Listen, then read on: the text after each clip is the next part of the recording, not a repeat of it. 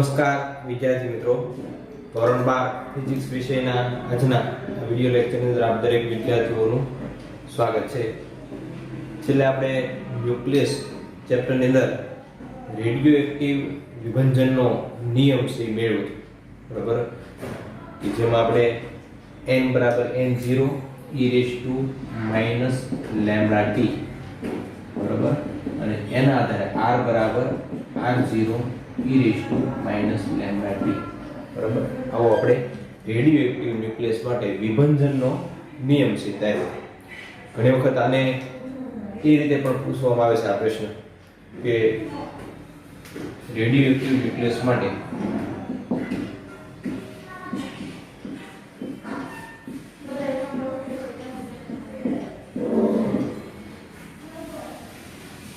વિભંજનનો ચરઘાતાંકીય નિયમ મેળવો, બરાબર. ઘણી વખત આ રીતે પણ પ્રશ્ન પૂછવામાં આવે છે, ચરઘાતાંકી નિયમ તારો, બરાબર. તો ચરઘાતાંકી નિયમ કે રેડિયોએક્ટિવ વિભંજનનો નિયમ તારો, તો કોઈ પણ નિયમ કે r બરાબર r0 e−λt. ચરઘાતાંક e છે ચરઘાતાંક કહેવાય, એટલા માટે આને ચરઘાતાંકી વિભંજનનો ચરઘાતાંકી નિયમ પણ કહેવામાં આવે છે. તો આ રીતે અલગ અલગ ઘણી બધી રીતે છે પ્રશ્ન પૂછાઈ શકે છે. આની અંદર આપણે એ પણ જોયું હતું કે r બરાબર λ × n, ન્યુક્લિયસની સંખ્યા t સમયે અને એની એક્ટિવિટી અથવા વિભંજનનો દર, બરાબર, એને એક્ટિવિટી પણ કહેવામાં આવે છે. વિભંજનનો દર એને શું કહેવામાં આવશે? એક્ટિવિટી. વિભંજનનો દર કયો કે એક્ટિવિટી કયો, બધું એક, બરાબર. એની સંજ્ઞા છે r છે, તો એક્ટિવિટી બરાબર r બરાબર λ × n. વિભંજનનો દર અથવા તો એક્ટિવિટીનો ન્યુક્લિયસની સંખ્યા સાથેનો સંબંધ દર્શાવતો આપણે સૂત્ર જોયું હતું. ત્યારબાદ એક r0 બરાબર λ n0, બરાબર. n0 એટલે પ્રારંભના ન્યુક્લિયસ અને r0 એટલે પ્રારંભની એક્ટિવિટી, શરૂઆતની એક્ટિવિટી કેટલી છે, બરાબર. એનું સૂત્ર છે r0 બરાબર λ n0. આ લેમ્બડા છે એને શું કહેવામાં આવશે? તો ક્ષય અચળાંક અથવા તો ક્ષય નિયતાંક, બરાબર, રેડિયોએક્ટિવ નિયતાંક, અલગ અલગ નામથી ઓળખવામાં આવશે. તો આ આપણે સૂત્ર છે એ છેલ્લા વિડિયો લેક્ચરની અંદર જોઈએ.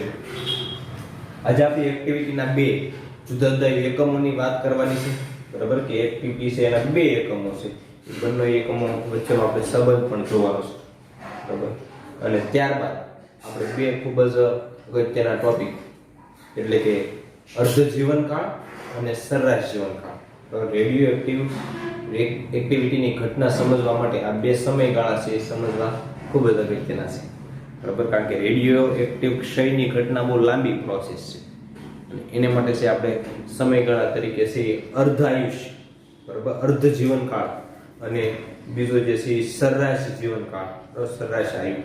તો બંને પારિભાષિક શબ્દો છે એની આપણે સમજ મેળવશું, એના સૂત્રો પણ આપણે તારવશું.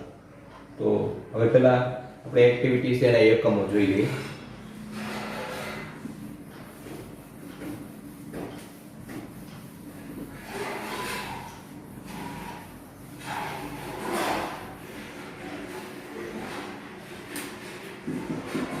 રેડિયો એક્ટિવિટી ના એકમો.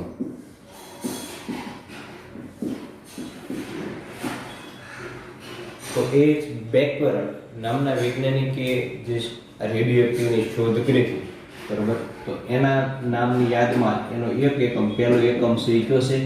તો બેકવેરલ છે, બેકવેરલ, બરાબર, જેણે રેડિયો એક્ટિવિટીની શોધ કરી. તો એના નામ ઉપરથી એનું નામ છે બેકવેરલ રાખવામાં આવ્યું છે, અને એકમનું નામ, બરાબર. એની સંજ્ઞા છે એ BQ, કેપિટલ B સ્મોલમાં Q, તો BQ તરીકે પણ તેને ઓળખવામાં આવે છે. હવે એક બેકવેરલનો મતલબ શું થાય? પહેલા તો આપણે એ જોઈએ. એક બેકવેરલ એટલે શું? એક બેકવેરલ એટલે એક વિભંજન પ્રતિ સેકન્ડ. એક બેકવેરલ એટલે એક વિભંજન પ્રતિ સેકન્ડ. તો એક સેકન્ડમાં એક વિભંજન થતું હોય, બરોબર, તો એને એક બેકવેરલ કહેવામાં આવે છે. વિભંજન એટલે ભાગ ટુકડા થવા, બરાબર.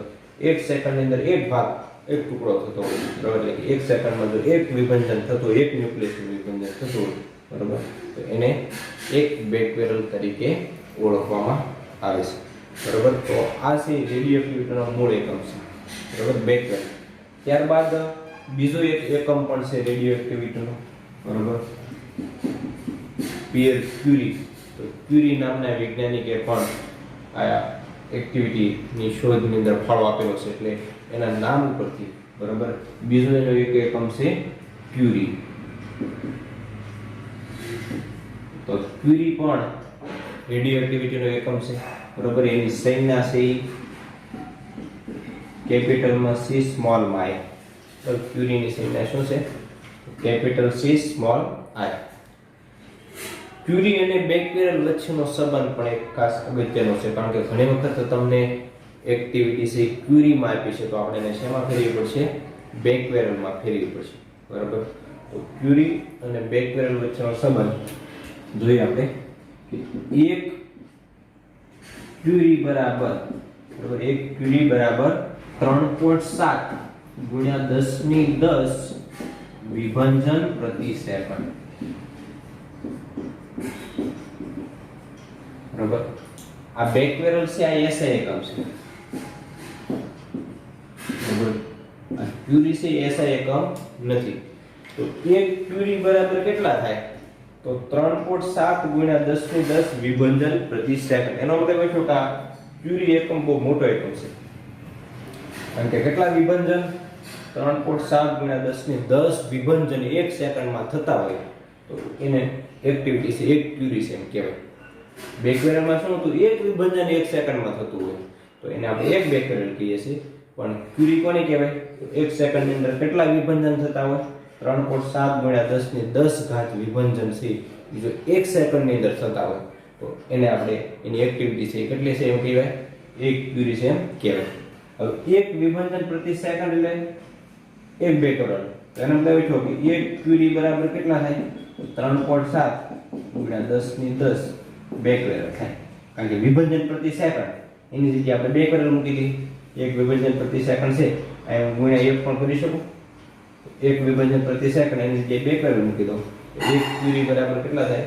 3.7 ગુણ્યા 10 બેકવેરલ થાય. આ સંબંધ આપણા માટે ખાસ અગત્યનો છે, બરાબર, કારણ કે વારંવાર દાખલાની અંદર પણ આપણને ઉપયોગ થશે, બરાબર, ક્યુરીને બેકવેરલમાં ફેરવવા માટે. અને આ બધી બાબત તો આપણે સ્પર્ધાત્મક પરીક્ષાઓ માટે પણ ખૂબ અગત્યની છે, બરાબર. સ્પર્ધાત્મક પરીક્ષાની અંદર જે વિજ્ઞાનનો જે પોર્શન હોય છે, તો એની અંદર આવા એકમો વાળા પ્રશ્નો છે વારંવાર પૂછાતા હોય છે. ખાસ કરીને રેડિયોએક્ટિવિટીનો એકમ શું છે, બરાબર, કયો છે, બેકવેરલ અને એક્ટિવિટી વચ્ચેનો સંબંધ શું થાય, એક ક્યુરી બરાબર કેટલા બેકવેરલ થાય. તો આવા સંબંધો છે આ સ્પર્ધાત્મકમાં છે ઘણી વખત છે પૂછાતા હોય છે.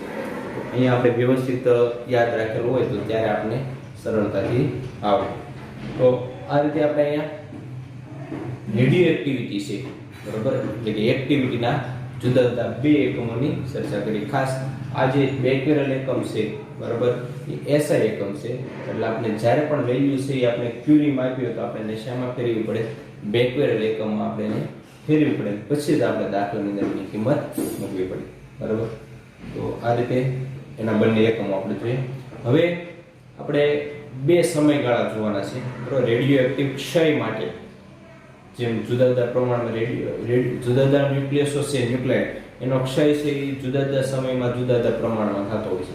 તો એની માટે આપણે છે એક ખૂબ જ અગત્યનો જે સમયગાળો છે, બરાબર, અર્ધાયુ છે, એની આપણે વાત કરીએ અને ત્યારબાદ એનું આપણે સૂત્ર પણ તારવીએ.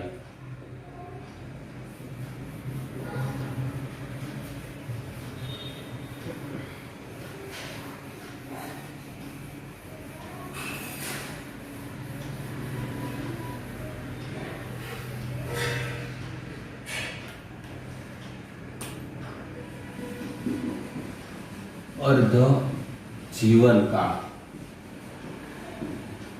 અથવા એને ઘણી વખત અર્ધ આયુ પણ કહેવામાં આવે છે, બરાબર. એની સંજ્ઞા છે T1/2, એક દ્વિતીયાંશ એટલે અર્ધ અને ટી એટલે જીવનકાળ, અર્ધ જીવનકાળ, બરાબર. જૂની ટેક્સ્ટ બુક હતી ત્યારે એમાં અર્ધ જીવનકાળની સંજ્ઞા છે ટી ની જગ્યાએ ટાવ લેવામાં આવતી. એ જે ટોર્કની સંજ્ઞા છે એ મુજબ ટાવ 1/2 કહેતા, પણ અહીંયા નવી ટેક્સ્ટ બુકમાં એને આપણે ટી વડે દર્શાવ્યું છે એટલે ટી 1/2 થશે, બરાબર. તો આ અર્ધ જીવનકાળ. હવે અર્ધ જીવનકાળ કહેવાય કોને, બરાબર. તો એને આપણે એક ઉદાહરણ જોઈએ કે દાખલા તરીકે કોઈ એક ન્યુક્લિયસ છે, એની અંદર શરૂઆતના ન્યુક્લિયસ છે, બરાબર. ધારો કે કોઈ રેડિયો એક્ટિવ પદાર્થના શરૂઆતના ન્યુક્લિયસ N0 છે, બરાબર. કોઈ રેડિયોએક્ટિવ પદાર્થ છે એની અંદર શરૂઆતમાં t બરાબર 0 સમયે કેટલા ન્યુક્લિયસ છે? N0 ન્યુક્લિયસ છે. તો હવે એ ન્યુક્લિયસની સંખ્યા N0 માંથી N0/2 થાય, બરાબર. હવે તે ન્યુક્લિયસ N0 માંથી ઘટીને N0/2 થાય તે માટે લાગતો સમય એટલે અર્ધ જીવનકાળ, બરાબર. અર્ધ જીવનકાળ કોને કહેવાય? કોઈ રેડિયોએક્ટિવ પદાર્થની અંદર એના જે ન્યુક્લિયસની સંખ્યા છે એ પ્રારંભના ન્યુક્લિયસ કરતા અડધા ભાગની થાય, બરાબર. તો એ જે સમયગાળો છે એ સમયગાળાને આપણે એનો અર્ધ જીવનકાળ અથવા તો અર્ધાયુ તરીકે ઓળખીએ છીએ.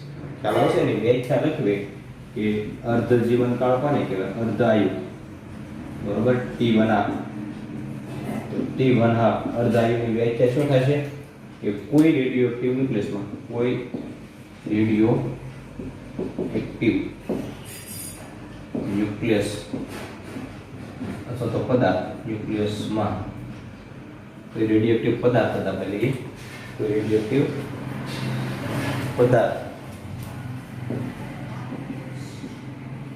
પદાર્થમાં તેના ન્યુક્લિયસની સંખ્યા પ્રારંભના ન્યુક્લિયસ ની અડધી થાય તે સમયગાળાને અર્ધ આયુ T1 કહે છે. પ્રત્યેક પદાર્થ માટે અર્ધાયુ, બધા પદાર્થ માટે અર્ધાયુ અલગ અલગ હોય, બધા રેડિયોએક્ટિવ ન્યુક્લિયસનો અર્ધાયુ જુદો જુદો હોય છે. પણ ટૂંકમાં કોઈ પણ રેડિયોએક્ટિવ ન્યુક્લિયસ તમને આપેલો હોય, પદાર્થ આપેલો હોય, તો એના ન્યુક્લિયસની સંખ્યા છે પ્રારંભની જે હોય એની કરતાં અડધી થાય, શરૂઆતની હોય એની કરતાં અડધી થાય, એ સમયગાળાને તે પદાર્થનો અર્ધાયુ કહેવામાં આવે છે, બરાબર. તમને ગ્રાફ પણ બાજુમાં આપેલો છે કે કઈ રીતે અર્ધાયુષ્યની ગણતરી કરવામાં આવે છે, બરાબર. તો અર્ધાયુ વિરુદ્ધ એના અવિભંજિત ન્યુક્લિયસ. અવિભંજિત એટલે જેનું વિભાજન નથી થયું, બાકી વધેલા, આપણે ટૂંકમાં આપણી ભાષામાં કેવું હોય તો બાકી વધેલા ન્યુક્લિયસ, બરાબર. એનો જે ન્યુક્લિયસ છે એનો ક્ષય થતા જેટલા ન્યુક્લિયસ બાકી વધે એને અવિભંજિત ન્યુક્લિયસ કહેવાય. બે શબ્દો ખાસ આપણે સમજવા પડશે કારણ કે ઘણા વિદ્યાર્થીઓમાં બહુ મિસ્ટેક કરે છે. વિભંજિત અને અવિભંજિત કોને કહેવાય, બરાબર. દાખલા તરીકે આવું કોઈ એક મોટો એક રેડિયોએક્ટિવ પદાર્થ છે, એની અંદર ઘણા બધા છે આવા ન્યુક્લિયસ છે, બરાબર. રેડિયોએક્ટિવ પદાર્થની અંદર ઘણા બધા ન્યુક્લિયસો આવેલા હોય, તો હવે ધારો કે આમાંથી આટલા ભાગનો ક્ષય થઈ ગયો, આટલો ભાગ છે એ વિભંજન પામ્યો એટલે આટલો ભાગનો ક્ષય થઈ ગયો. તો આ જે બધા ન્યુક્લિયસ આ ભાગની અંદર જેટલા ન્યુક્લિયસ આવતા હોય એ બધા વિભંજિત ન્યુક્લિયસ કહેવાય. કેવા ન્યુક્લિયસ કહેવાય? વિભંજિત ન્યુક્લિયસ, કે જેનો ક્ષય થઈ ગયો છે, તો જેનું વિભંજન થઈ ગયું છે એટલે વિભંજિત ન્યુક્લિયસ કહેવાય. એ સિવાયના બાકી વધેલા જે ન્યુક્લિયસ છે એ કેવા કહેવાય? તો એને આપણે અવિભંજિત ન્યુક્લિયસ કહીશું. અવિભંજિત ન્યુક્લિયસ. ખ્યાલ આવે છે? અવિભંજિત ન્યુક્લિયસ કોને કહેવાય? તો જે બાકી વધેલા છે એને અવિભંજિત ન્યુક્લિયસ કહેવાય. દાખલા તરીકે પ્રારંભમાં કુલ ન્યુક્લિયસ છે N0 છે. શરૂઆતના કેટલા છે? N0. એમાંથી t સમયે n જેટલા ન્યુક્લિયસ, આ કેટલા છે? n ન્યુક્લિયસ, એનો ક્ષય જો. તો ખૂબ જ સમજવા જેવી બાબત છે કે અહીંયા કુલ ન્યુક્લિયસ આ બધા ભેગા થાય, વિભજિત અવિભજિત એ બધું ભેગું આવી ગયું. શરૂઆતમાં હજી વિભાજન શરૂ નથી થયું, બરોબર. દાખલા તરીકે રેડિયોએક્ટિવ પદાર્થ, તો ત્યારેના કુલ ન્યુક્લિયસ t બરાબર 0 સમયે કેટલા છે? N0 છે. હવે ધીમે ધીમે વિભાજન શરૂ થયું અને t સમયમાં n ન્યુક્લિયસ વિભાજન પામ્યા, તો અવિભાજિત ન્યુક્લિયસ કેટલા થાય? અવિભાજિત ન્યુક્લિયસ t સમયે અવિભાજિત ન્યુક્લિયસ આપણે મેળવો, તો એ અવિભાજિત ન્યુક્લિયસ આપણે મેળવે તો શું કરવું પડે? તો કુલ જે ન્યુક્લિયસ છે એમાંથી વિભાજિત ન્યુક્લિયસને બાદ કરી નાખવાના, એટલે કે N0 n કરો તો તમને આ અવિભાજિત ન્યુક્લિયસ એટલે બાકી વધેલા ન્યુક્લિયસ મળે, બરાબર. તો એને આપણે અવિભાજિત ન્યુક્લિયસ કહીએ છીએ. હવે એનો ગ્રાફ છે આપણે જોઈએ. અવિભાજિત ન્યુક્લિયસ વિરુદ્ધ સમયગાળો, બરોબર. એના અલગ અલગ અડધાયું આપેલા છે. આવો આપણે ગ્રાફ આપેલો છે કે આ અક્ષ ઉપર આપણે અલગ અલગ સમયગાળો લેવાનો છે, બરાબર. અડધાયુના પદમાં સમયગાળો, અને આપણે અર્ધાયુના પદમાં લેવાનો છે. અને અહીંયા આપણે અવિભાજિત ન્યુક્લિયસ લેવાના છે. અવિભાજિત ન્યુક્લિયસ. હવે શરૂઆતમાં તો t બરાબર જ્યારે 0 સમયગાળો છે ત્યારે તો બધા ન્યુક્લિયસ એની પાસે હશે, બધા અવિભાજિત હશે, કોઈનું વિભાજન થયું નહીં હોય, એટલે N0 એ N0 કેવા છે? અવિભાજિત હશે. પછી ધારો કે એક અર્ધાયુ જેટલો સમય થઈ ગયો. કેટલો સમય થઈ ગયો? એક અર્ધાયુ એટલે t1 પહેલો અર્ધાયુ. તો પહેલો અર્ધાયુ હશે, બરોબર, ત્યારે કેટલા ન્યુક્લિયસ છે હવે અવિભાજિત રહ્યા છે? તો આપણે અહીંની વ્યાખ્યા જોઈ કે અર્ધાયુ કોને કહેવાય? તો કોઈ રેડિયોએક્ટિવ પદાર્થમાં ન્યુક્લિયસની સંખ્યા પ્રારંભના ન્યુક્લિયસ કરતા અડધી. પ્રારંભનો એટલે N0 છે, એની કરતા અડધી એટલે અહીંયા ક્યાંક આવતું છે N0/2, બરોબર. એટલે t1 સમય સંખ્યા છે કેટલી બને છે? N0/2 બને છે. હવે એની પછીના સમયગાળો આપણે અર્ધાયુનો ગણવો હોય, બરોબર. અહીંથી આપણે હવે બીજો એક અર્ધાયુ મેળવો છે 2t1, તો બીજો અર્ધાયુ. તો બીજો અર્ધાયુ જ્યારે છે 2t1 એટલે કે બીજા અર્ધાયુ કે એના ન્યુક્લિયસની સંખ્યા હવે આ પ્રારંભ નો થાય, એની માટે આ પ્રારંભ નો થાય, આના કરતા અડધી એટલે N0/2 કરતા અડધી એટલે કેટલી થાય? N0/4 થશે. અહીં ધારો કે N0/4 છે, બરોબર. N0/4 એટલે હવે બીજા અર્ધાયુ સમયે એની અવિભાજિત ન્યુક્લિયસ એની પાસે કેટલા રહ્યા છે? N0/4 રહ્યા છે, બરોબર. આ અર્ધાયુનો મતલબ એવો નથી કે બે અર્ધાયુ થાય એટલે ન્યુક્લિયસ છે એ શૂન્ય થઈ જાય, બરોબર. ઘણા એવું વિચારે છે કે ભાઈ અડધી સંખ્યા થાય ને અર્ધાયુ કહેવાય. તો પહેલા અર્ધાયુ હોય ત્યારે અડધા ન્યુક્લિયસ અવિભાજિત થઈ જાય અને બીજા અર્ધાયુમાં બીજા અડધા રહ્યા જાય એટલે શૂન્ય થઈ જાય. પણ એવું નથી. અહીંયા પ્રારંભની અડધી થાય એમ કીધું છે. પ્રારંભ એટલે એની માટે પ્રારંભ આ થાય. બીજા અર્ધાયુ આપણે લઈએ ત્યારે પ્રારંભ N0/2 થાય. હજી હું ત્રીજો અર્ધાયુ લઉં તો ત્યારે પ્રારંભનો એટલે N0/4 થાય, એની અડધી થાય, બરોબર. N0/4 ની અડધી એટલે N0/8 થાય. એટલે અહીં તે N0/8 આવતા હોય, N0/8, બરોબર. ત્રીજા અર્ધાયુ સમયે ન્યુક્લિયસની સંખ્યા છે N0/8 થાય. હજી ચોથો અર્ધાયુ લો તો હજી N0/8 ના અડધા થાય, અડધા થતા છે. ટૂંકમાં જે એનો પ્રારંભ ના હોય એના અડધા થાય. પ્રારંભના એટલે એની પછીનો જે અર્ધાયુ ગણી એની માટે પ્રારંભ કયો છો, તો જે બાકી વધેલા હોય આગળના એને આપણે એનો પ્રારંભ કહીશું. ખ્યાલ આવે છે? દાખલા તરીકે અહીં પહેલો અર્ધાયુ આપણે લઈએ છીએ એટલે આને પ્રારંભ કીધું છે, એના અડધા એટલે N0/2. બીજો અર્ધાયુ લો તો હવે આને પ્રારંભ કહીશું. હવે આની ધ્યાનમાં લેવાનું, બરાબર. એટલે N0/2 ના અડધા એટલે N0/4. ત્રીજા અર્ધાયુ સમય આના અડધા થશે એટલે N0/8. જે ચોથો અર્ધાયુ સમય લો તો હજી N0/8 ના પણ અડધા થાય એટલે N0/16. એટલે ટૂંકમાં આમ અડધા થતા સંપૂર્ણપણે એનો ક્ષય થતા તો બહુ ઘણા વર્ષો લાગતા હોય છે, બરાબર. આપણે થાય કે ભાઈ કોઈ ન્યુક્લિયસ છે તો જો એના અર્ધાયુ સમયમાં જો એના અડધા થતા હતા તો બે અર્ધાયુ સમયમાં તો એ 0 થઈ જાય, પણ એવું થતું નથી. તો આ રીતે અડધા એમ નહીં, પણ જે પ્રારંભના છે એના અડધા થતા જાય. તો તમને ગ્રાફ છે કંઈક આવો મળે. આ તમને અવિભાજિત ન્યુક્લિયસ વિરુદ્ધ એનો સમયગાળો અર્ધાયુના પદમાં, તો એનો આપણે ગ્રાફ મળશે, બરાબર. તો આ રીતે અર્ધાયુ સમય, હવે આપણે એનું સૂત્ર છે તારવું છે, અર્ધાયુ સમય છે આપણે કઈ રીતે મેળવી શકીએ.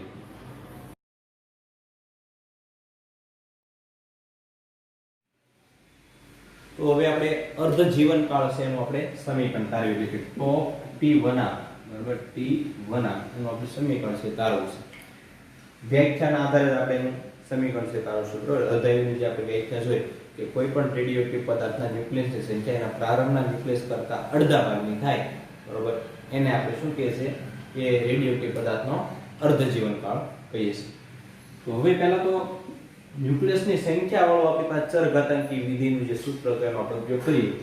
n બરાબર n0 e raised to minus lambda t, બરાબર. t સમયે કોઈ પણ રેડિયોએક્ટિવ પદાર્થના ન્યુક્લિયસની સંખ્યા છે એનું સૂત્ર છે n બરાબર n0 e raised to minus lambda t, બરાબર.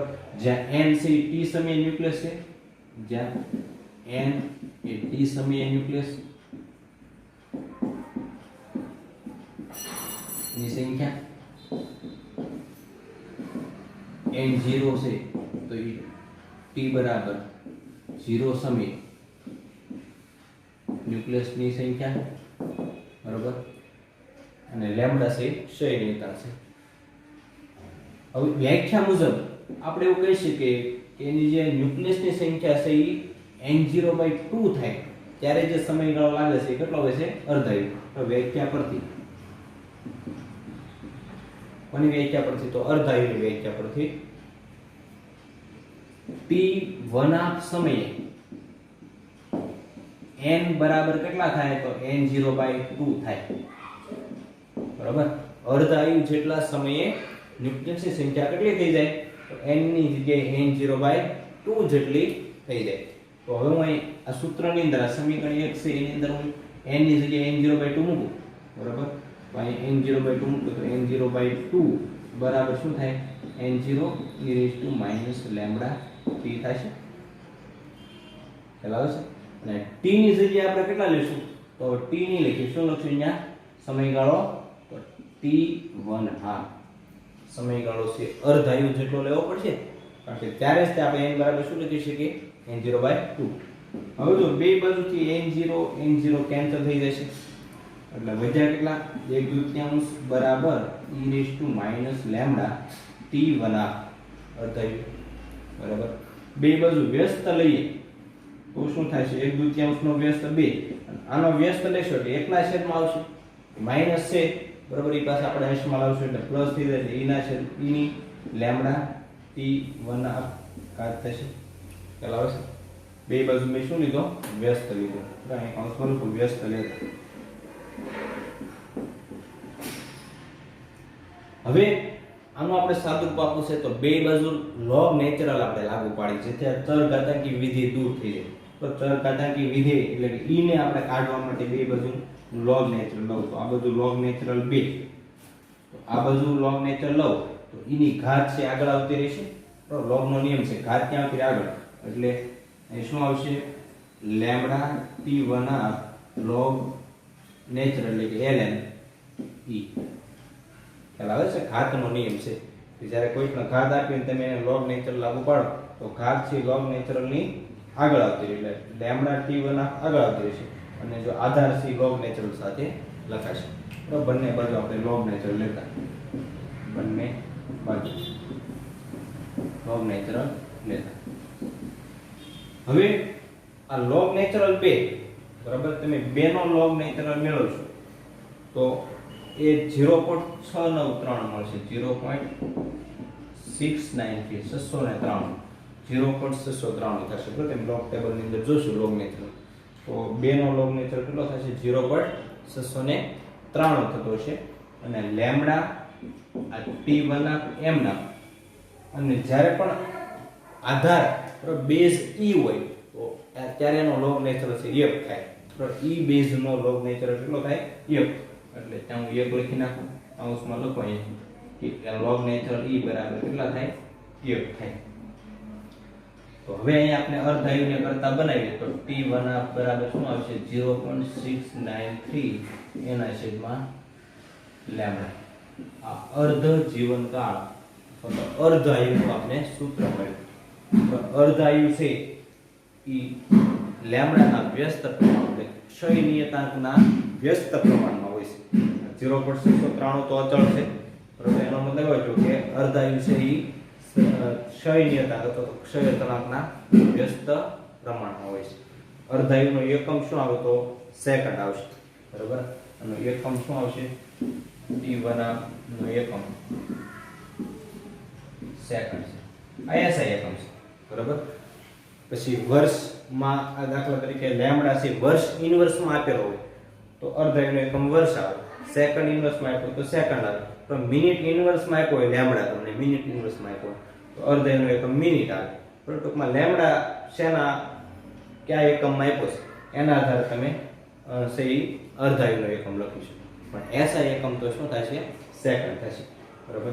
તો આ આપણે અર્ધાયુનું સૂત્ર મેળવ્યું, બરોબર. જ્યારે પણ આપણે અર્ધાયુ મેળવવાનું હોય ત્યારે આપણે આ સૂત્રનો ઉપયોગ કરશું.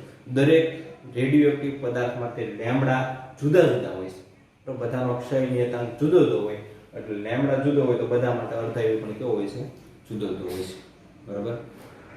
આ સૂત્ર ખૂબ અગત્યનું છે, બરોબર. દાખલાની અંદર પણ વારંવાર એનો ઉપયોગ થાય છે એટલે સમીકરણ છે આપણે યાદ રાખવાનું છે. બહુ સરળ સૂત્ર છે, બરોબર. 0.693 એના છેદમાં લેમ્ડા.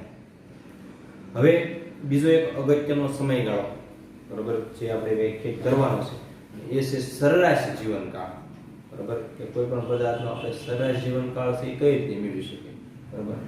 તો હવે આપણે જોઈએ સરેરાશ જીવનકાળ. સરેરાશ જીવનકાળ, સરેરાશ જીવનકાળ અથવા તેને સરેરાશ આયુ પણ કહેવામાં આવે છે. એની સંજ્ઞા છે તાવ. એની સંજ્ઞા જે ટોર્કની સંજ્ઞા છે ને એ જ એની સંજ્ઞા છે, બરોબર. પણ આપણે આને ટોર્ક નહીં કહીએ, તાવ. તાવ છે એ કોની સંજ્ઞા છે સરેરાશ જીવનકાળની સંજ્ઞા છે. હવે સરેરાશ જીવનકાળ કોને કહેવાય તો એની આપણે વ્યાખ્યા જોઈએ, બરોબર. ની વ્યાખ્યા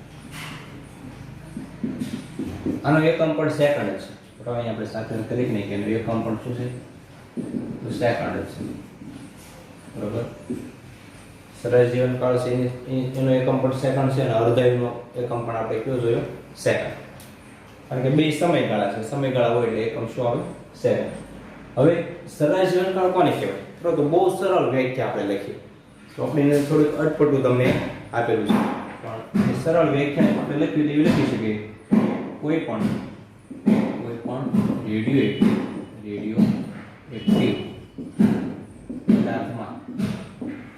રેડિયોએક્ટિવ પદાર્થમાં તેના ન્યુક્લિયસની સંખ્યા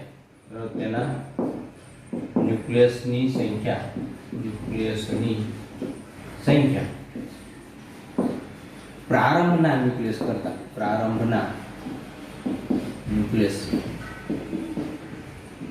ની ઈમાં ભાગની થાય.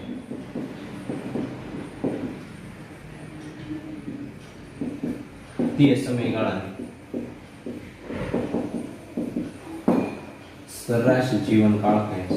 સરેરાશ જીવનકાળ તો કહે છે, બરાબર. સરેરાશ જીવનકાળ કોને કહેવાય તો કોઈ પણ રેડિયોએક્ટિવ પદાર્થ નાખે રેડિયોએક્ટિવ પદાર્થની અંદર એનો ન્યુક્લિયસની સંખ્યા છે કેટલી થાય તો એની જે શરૂઆતની ન્યુક્લિયસની સંખ્યા હોય પ્રારંભના ન્યુક્લિયસના ઈમાં ભાગની થાય, બરોબર. ઈ એટલે ચરઘાતાની જે વિધિ આપણે લીધો એટલામાં ભાગની થાય તે સમયગાળાને શું કહેવામાં આવે છે સરેરાશ જીવનકાળ કહે છે. અર્ધાયુમાં શું હતું કે પ્રારંભના ન્યુક્લિયસ કરતા અડધી થાય અને આમાં પ્રારંભના ન્યુક્લિયસ કરતા ઈમાં ભાગની થાય, બરોબર. એને આપણે શું કહીએ છીએ સરેરાશ જીવનકાળ તરીકે ઓળખીએ છીએ. અને આ જે ઈ છે તો ઈ નું મૂલ્ય છે કેટલું હોય છે તો 2.718, બરાબર. અહીં આપણે ઈ નું મૂલ્ય છે કેટલું છે ઈ બરાબર કેટલા હોય છે 2.718 છે લેવામાં આવે છે, બરાબર. આ ઈ ની વેલ્યુ પણ આપણે યાદ રાખશું પણ જેમ કોને થાય તો ઈ બરાબર કેટલા આવે 2.718. તો હવે આપણે એનું સૂત્ર છે તારવું છે, બરાબર. જે રીતે આપણે અર્ધાયુનું સૂત્ર તારવી આપણે હવે સરેરાશ જીવનકાળનું સૂત્ર ચાલુ છે. એમાં પણ આપણે શું કરશું તો કે ન્યુક્લિયસની સંખ્યા t સમયનું સૂત્ર છે તો n બરાબર n0 e raised to -λt. બરાબર, આ સૂત્રનો આપણે ઉપયોગ કરશું જે રીતે આપણે અર્ધાયુ મેળવવા માટે ઉપયોગ કર્યો છે. સરેરાશ જીવનકાળની વ્યાખ્યા મુજબ ધારો કે ટો સમય, બરાબર, ટો સમય એટલે કે સરેરાશ જીવનકાળ જેટલા સમય n બરાબર કેટલા થાય? n0/e થાય વ્યાખ્યા મુજબ. તો વ્યાખ્યા પરથી આપણે શું લખી શકીએ કે સરેરાશ જીવનકાળ, એના સરેરાશ જીવનકાળ જેટલા સમય એના પ્રારંભના ન્યુક્લિયસ છે, બરાબર, તો એના જે ન્યુક્લિયસની સંખ્યા છે પ્રારંભના ન્યુક્લિયસ કરતા કેટલામાં ભાગની થાય? e માં ભાગની થાય, બરાબર. એટલે હું n ની જગ્યાએ શું મૂકી શકું કે n0/e બરાબર શું આવશે? તો n0 e raised to -λt આવશે. t ની જગ્યાએ આપણે શું મૂકવા પડશે?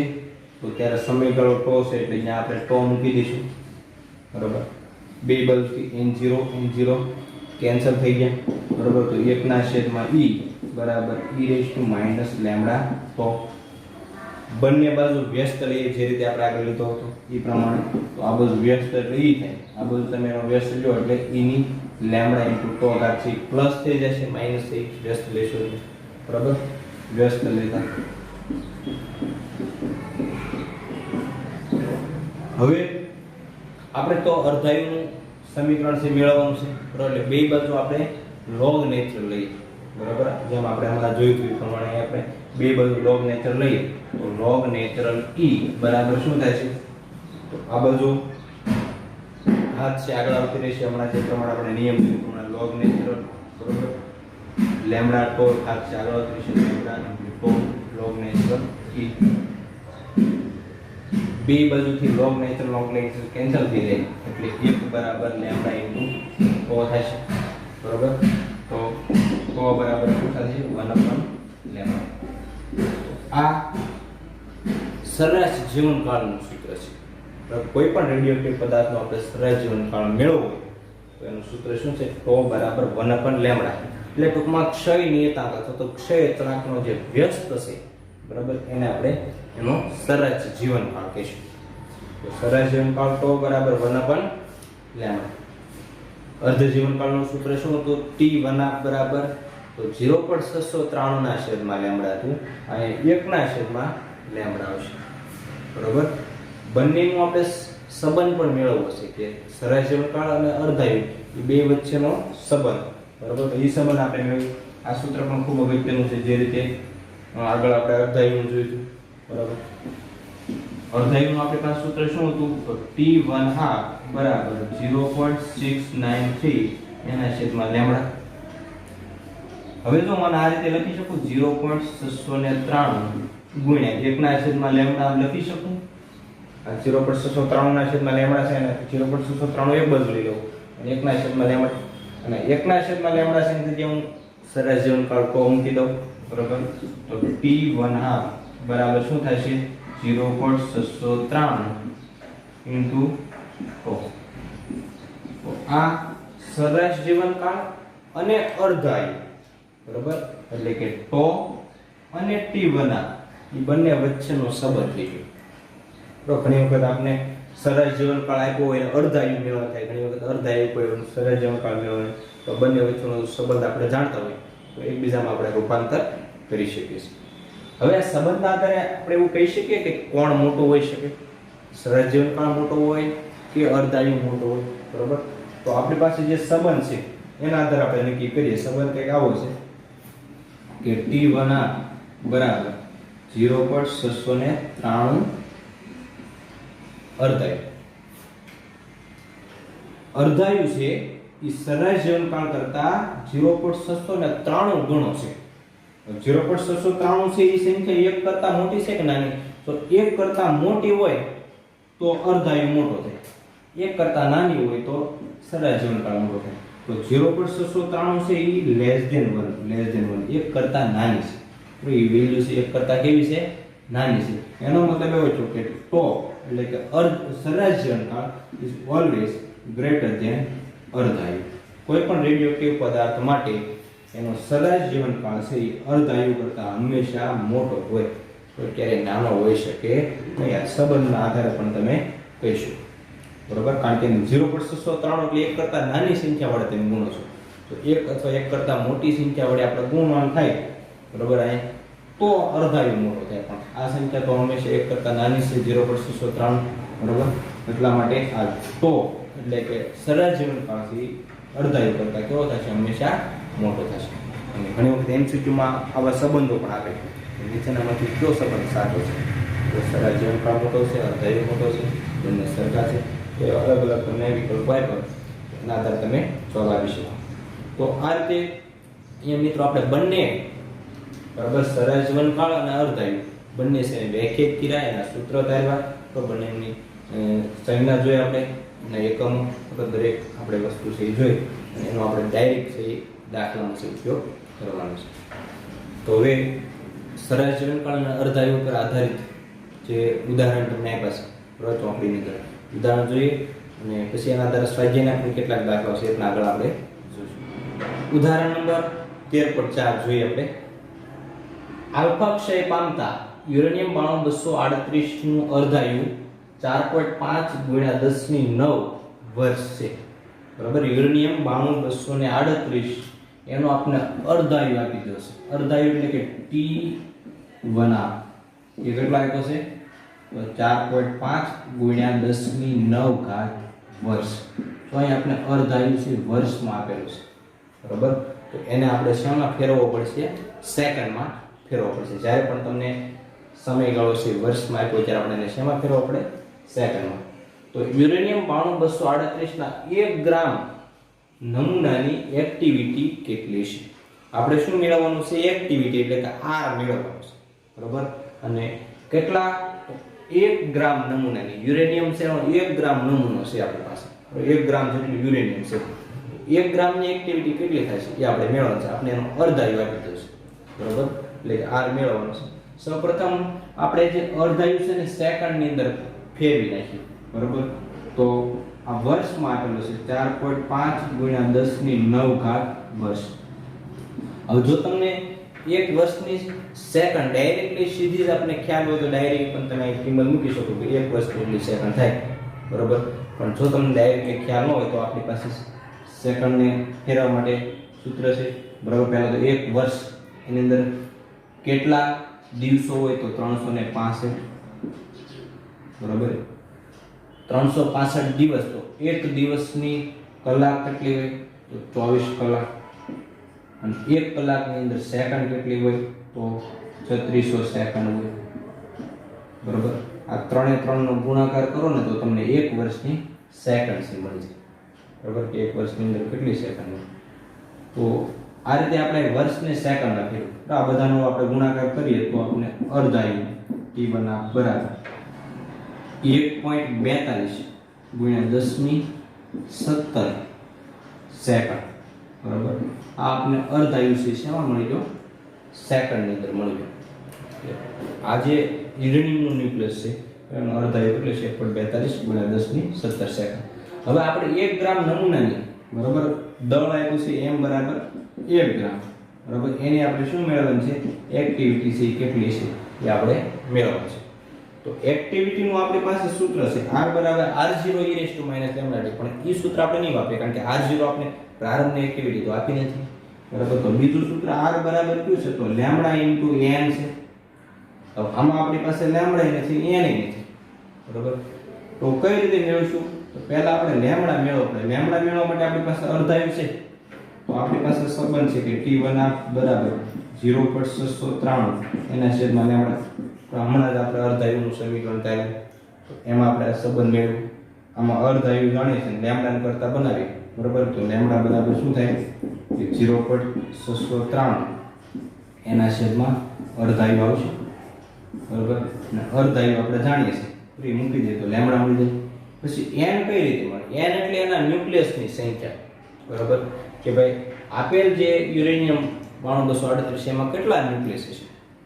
તો ન્યુક્લિયસની સંખ્યા કેટલી હોય તો એના જે પરમાણુ હોય એટલી હોય. 1 ગ્રામમાં કેટલા પરમાણુ થાય એ આપણે પહેલા મેળવવું પડે. હવે આપણે 1 ગ્રામના પરમાણુની સંખ્યા પણ આપણી પાસે નહીં, પણ યુરેનિયમનો પરમાણુ ભાગ 238 છે. એનો મતલબ એવો છે કે કોઈ પણ રેડિયોએક્ટિવ કોઈ પણ પદાર્થ હોય, બરોબર, એની અંદર એના જેટલો પરમાણુ ભાર આપે પરમાણુ ભારની અંદર એના એવોગાડ્રો અંક જેટલા પરમાણુ આવેલા હોય છે બરાબર. અહીંયા આપણે એક ત્રિરાશિ મૂકીશું કે 238 ગ્રામ બરાબર 238 ગ્રામ યુરેનિયમ માં 238 ગ્રામ યુરેનિયમમાં કેટલા પરમાણુ હોય તો 6.022 ગુણ્યા 10⁻23 પરમાણુ હોય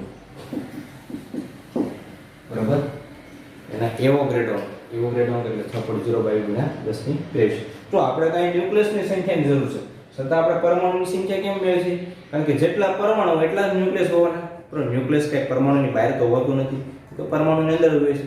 એટલે પરમાણુની સંખ્યા એ જ તે ન્યુક્લિયસની સંખ્યા થાય છે. એટલે આપણે પરમાણુની સંખ્યા મેળવી નાખી બરાબર.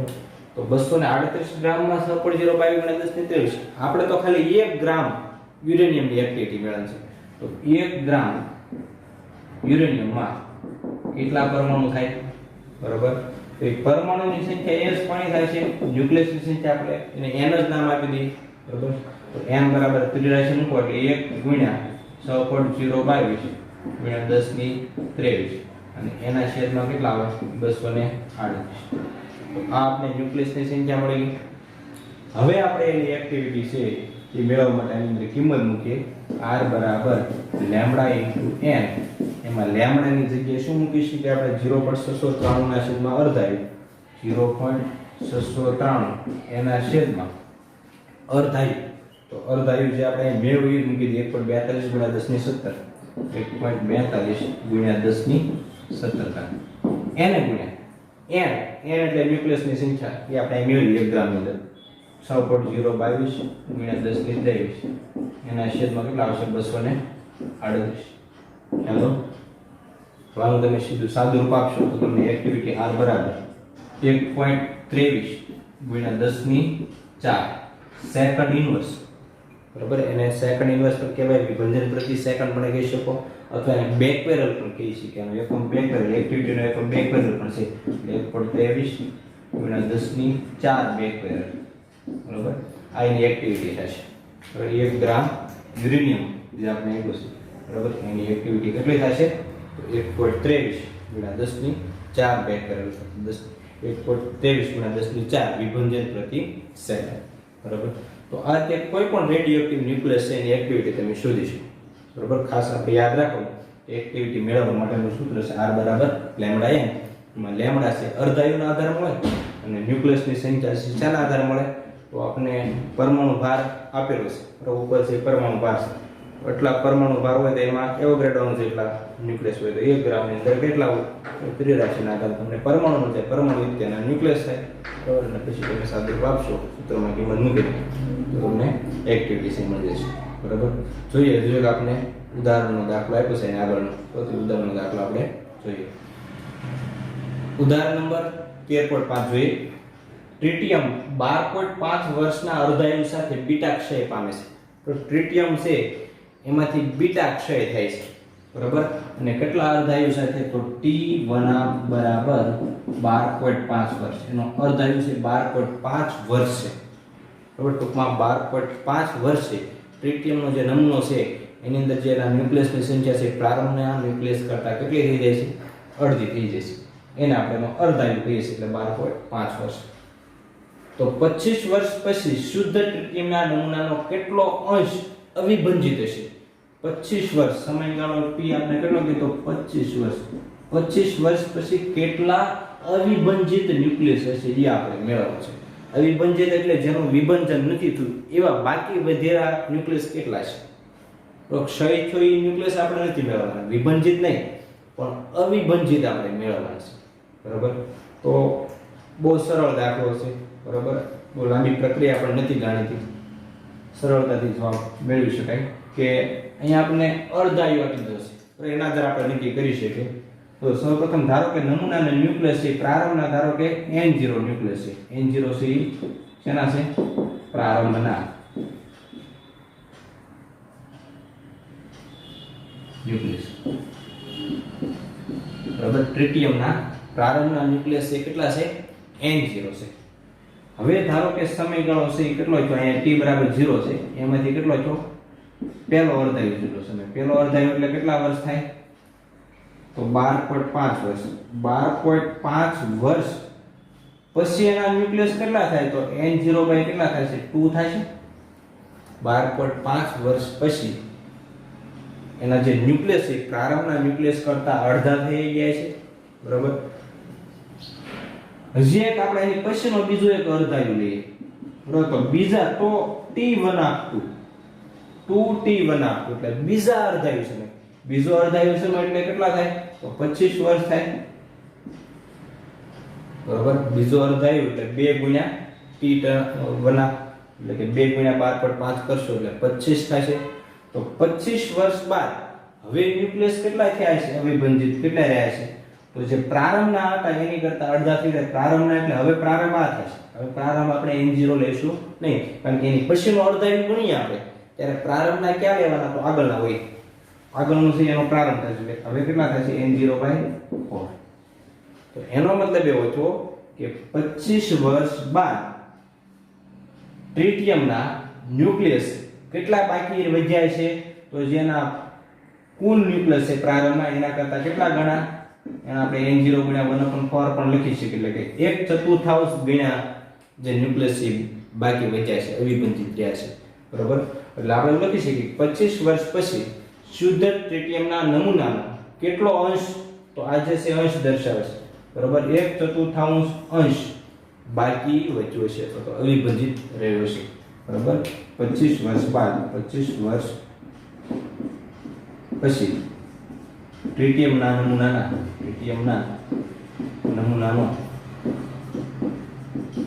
1/4 અંશ અવિભાજિત હશે. બરાબર. કેટલો અંશ બાકી હશે? તો 1/4 અંશ એ અવિભાજિત અથવા તો બાકી વધ્યો હશે. બરાબર. તો આ રીતે અર્ધાયુના આધારે છે આપણે એનો બાકી વધેલો છે અંશ એ મેળવ્યો. બરાબર. આ ટાઈપના બીજા સ્વાધ્યાયની અંદર પણ તમને દાખલાઓ આપેલા છે. બરાબર. અર્ધાયુને સરળ જીવનકાળ પર આધારિત. તો તમારી જાતે છે દાખલા છે ગણવાની પ્રેક્ટિસ કરજો. બીજા કેટલાક સાહિત્યમાંથી પણ તમે તમારી રીતે ગણવાની પ્રેક્ટિસ કરજો, તો જેથી વધારેમાં વધારે છે આ અર્ધાયુને સરળ જીવન પર આધારિત દાખલાઓ છે એ તમને આવડે. બરાબર. ચાલો તો આજના આ વિડીયો લેક્ચરમાં મિત્રો આટલે સુધી રાખીશ.